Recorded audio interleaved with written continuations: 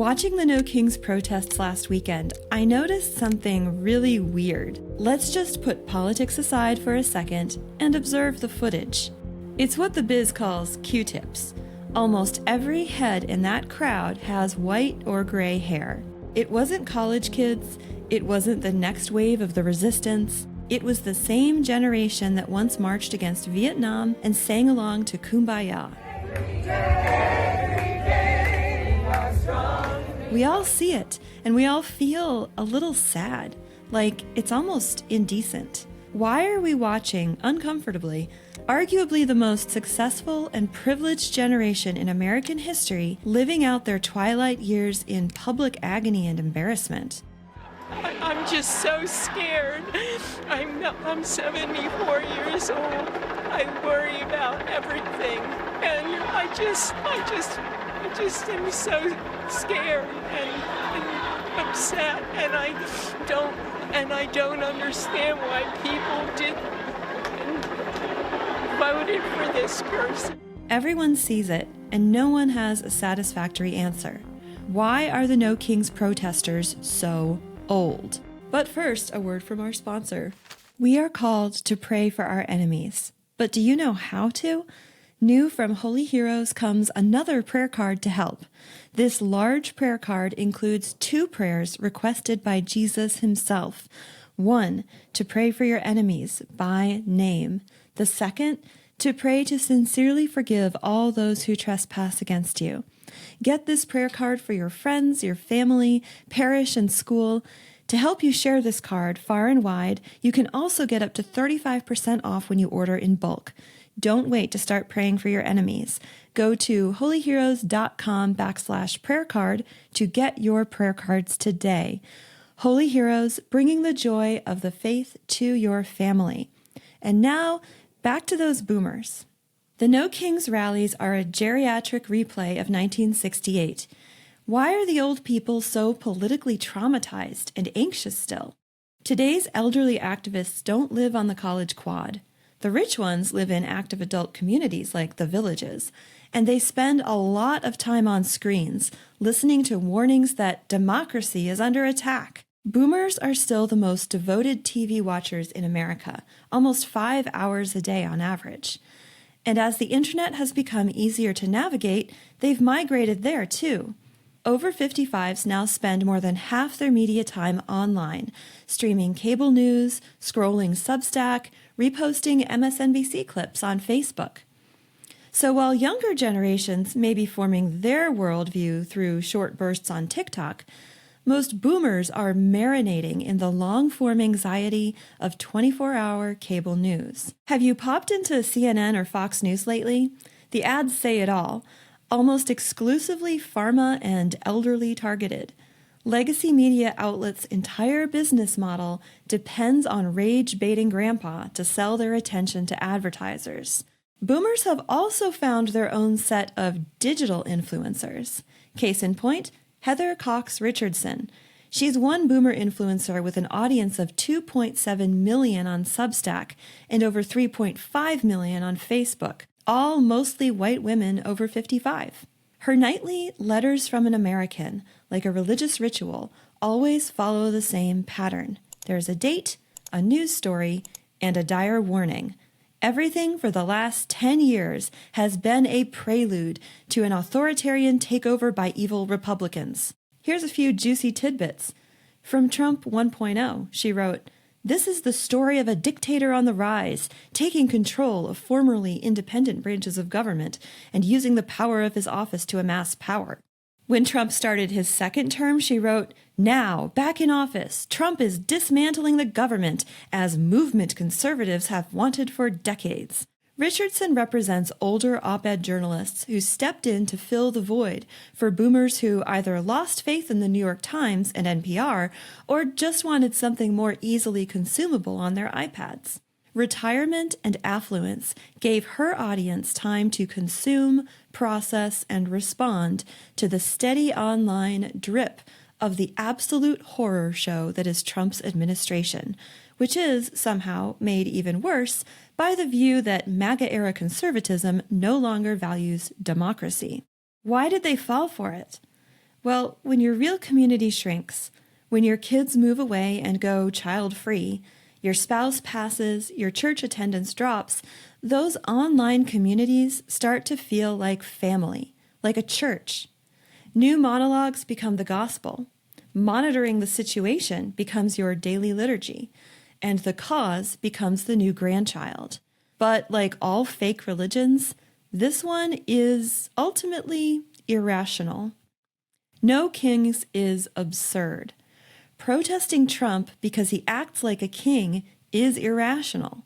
He won the popular vote, he is delivering on his campaign promises, like them or not, and unlike any dictator in human history, he has respected the First Amendment rights of the No Kings boomers who make the most vile accusations, he rapes children, and publicly call for his death. Okay, so for a birthday present, what do you hope happens? You know, you wake up tomorrow morning. I hope that I see the obituary that we're all waiting for tomorrow. That's what I hope for. Yeah. you wishing that President Trump is dead? Yes, absolutely. Okay. Absolutely. It's not just irrational, it's anti-rational, because it also abuses the meaning of democracy by substituting it in for the Democratic Party. Basically, if the American majority elect Republicans, No Kings cries end of democracy. The media diet also turns lovely old people into white supremacists who are perfectly comfortable telling Black Americans that they're bad blacks. And now you're getting upset with me because I'm talking about the great things that our great president, Donald J. Trump, has done. I mean, I don't understand. Children? Do you mean like raping children? Yeah. Which children? You okay Which children? with raping Which children? Which one? No. Which one? Give me an example. No. Here. You know what's the shame of all this? What's the shame of You're all of it? black. What does my color got to do with it? It has a lot to Tell do me. with Tell me what. Tell me why. Because he hates non-white Really? people. Show me. All you have to do is wave a sign and say Trump is Hitler, and you can justify just about any kind of behavior. After all, it's all in the service of the cause. That's intoxicating, especially when you've spent decades feeling ignored by your kids, by your church, by the society that you built. A new national study shows that while loneliness and isolation among older Americans have mostly returned to pre-pandemic levels, that's not saying much, because those normal levels are bleak. More than 1/3 of adults between 50 and 80 years old say they feel lonely, and 75% report their mental health is fair or poor. We're talking about millions of people, our parents, our neighbors, our grandparents, sitting in quiet houses or apartments, scrolling, consuming Heather Cox Richardson, waiting for a call that never comes. Loneliness is tragically easy to exploit. Media narratives and political campaigns target older Americans precisely because they vote reliably, they donate consistently, and they consume information uncritically. When you've been told for years that democracy will die if one man wins an election, it starts to sound like the apocalypse, and every protest feels like you're saving the world. No Kings offers the next dopamine hit, a reason to get out of the apartment, a feeling of purpose. And let's be frank, when we age, we lose our mental plasticity and our ability to think clearly and critically about what we encounter in the world. For most of us, our principles become fixed, and our trust tree is determined. And the No Kings culture found a willing audience in millions of sad, lonely elderly. You can relive 1968. You can make a difference. And there's one big factor in boomer loneliness that we are not talking about enough. Only about half of Americans between 50 and 90 are grandparents today. In 2018, it was 57%. The number is falling fast. Why? Because their children, and especially if their children went liberal, had fewer children. Many of their sons and daughters self-sterilized, literally and ideologically, believing that freedom meant independence from babies. One woman, who is lucky enough to be a grandmother in Milwaukee, told reporters that she skipped her granddaughter's soccer game to attend the No Kings protest because she wanted to ensure her granddaughter has a future. She wore the full Handmaid's Tale costume, the red robe, white bonnet, the whole thing. You can almost see the heartbreak in that. The love for a child twisted through fear and misplaced trust into the wrong moral vision. There's something noble in her impulse, wanting to protect, to nurture, and to fight for the next generation. That's what mothers and grandmothers do and should do. But when family ties thin out, when faith disappears, that instinct doesn't vanish. It just gets redirected toward the cause. For many aging women, there's no granddaughter's soccer game to go to. There's a march instead, and a cause to mother. It's an inversion of motherhood, a protective instinct without a home. Protecting democracy and the planet, women's rights, in place of the children and grandchildren they never had or only see once a year. In earlier generations, old age often meant a turn inward toward mentoring and faith, the nurturing of grandchildren, the building and enjoyment of a legacy.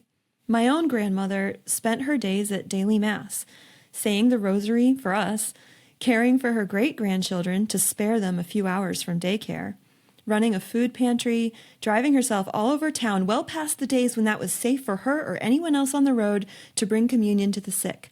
It wasn't fancy, but her life was very full to the very end. She would have taken one look at the No Kings crowd and wondered, what, they didn't have a soccer game to go to? But the No Kings crowd, they're the ones who set out to smash the patriarchy and grew old to find that instead they had hollowed out their own churches and families. So No Kings isn't necessarily just about malice. It could be unspeakable heartbreak concealed under the guise of saving America. But we're not off the hook either. A lot of this is on us, the children and grandchildren of the boomers. We don't like to talk about it, but modern America is cruel to the elderly. In a sane society, the elderly would hold a place of honor, a seat at the family table, a role in guiding the young. Instead, we warehouse them, or encourage them if they offer to warehouse themselves. We downsize them, sell off the family home, give away all the extra family heirlooms. After all, we can digitize our family photos, so much more convenient than boxes of memories. We create entire industries and villages to make sure that they never have to rely on their children or be seen by them. Sure, they tell us it's what they want. I don't want to be a burden. It sounds so noble and selfless. But self-sufficiency is a lie and a virus, and it feeds the loneliness epidemic. Add in smartphone technology to the mix, social media, streaming, AI companions, and you can live out your final decades without ever really encountering anyone. Old age becomes a kind of curated solitude, and I think that must feel so disorienting. Humans of every developmental age need to be in constant contact with the generations before and after us, because we all come to each stage of life a novice, not knowing what it means or how we got here. How did I get to be 44 all of a sudden? It's by rubbing up against the old and the young and the infant that we understand our place. And the boomers don't have that. We wonder why people feel purposeless, why they become anxious and angry and vulnerable to manipulation by their media masters. Pope Leo XIV recently said, "The elderly are a gift, a blessing to be welcomed.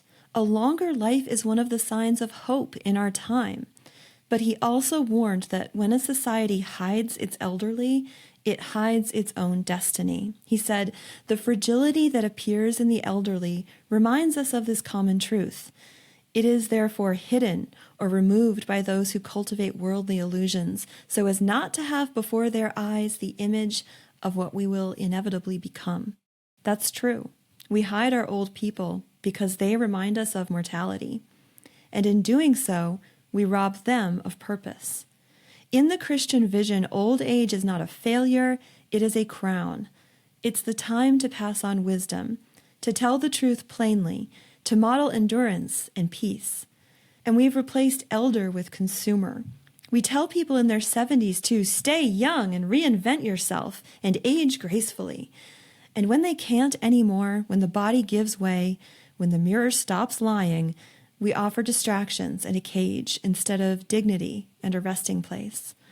Our elders, yes, even the ones in the No Kings crowd, carry stories we need to hear. They are living reminders of how fragile our ideals can be and how costly our cultural experiments have been. So what do we do with this? Well, first, stop mocking them. Stop treating elderly activism as a punchline. Instead, I think we need to see the wound underneath. A generation that tore down its traditions and now feels the chill of what it destroyed. They don't need ridicule. They need redemption. So visit your parents. Invite your grandparents into your home. Take them to church with you. And if they're still protesting, listen to them. Really listen to them. I guarantee there is something very deep and very painful going on. Sure, they are protesting Trump. But for most of them, Trump is a stand-in for some deep wound. They were raised on moral crusades and smashing the patriarchy. There was always the next cause, never the answer to all their prayers. They never learned the peace that comes after victory or the repentance that follows sin. The elderly aren't supposed to disappear or rage against the dying of the light. That's why watching the No Kings protests feels so painful and indecent. They're supposed to be the light. Pope Francis said, "Old age is not a shipwreck, but a vocation. It is not a tragedy, but a mission." Imagine if that woman in the Handmaid's Tale costume had heard that. I don't know. Maybe she would laugh in your face. Maybe she's too far gone to receive your presence or have a rational conversation with you, but that doesn't matter. You can still honor her. Because if we don't honor our elders, we will repeat their mistakes. Essayist James Baldwin once said, "Children have never been very good at listening to their parents, but they have never failed to imitate them." The No Kings protesters are a living parable of what happens when a generation is sold a lie in their youth and then denied the dignity of their old age. They have been sold activism instead of meaning, outrage instead of legacy. But they still have souls and stories, and they need our love and attention, and we need theirs. That's the real revolution. Honoring those who came before us not because they were perfect, but because they are ours. So the next time you see those silver-haired protesters holding signs that say, "No Kings," you say a prayer. Because somewhere inside every one of them is a memory of what they were meant to be. Mothers and fathers, mentors, guides. And the only way to heal the world they broke is to love them back into the family that can make them whole again.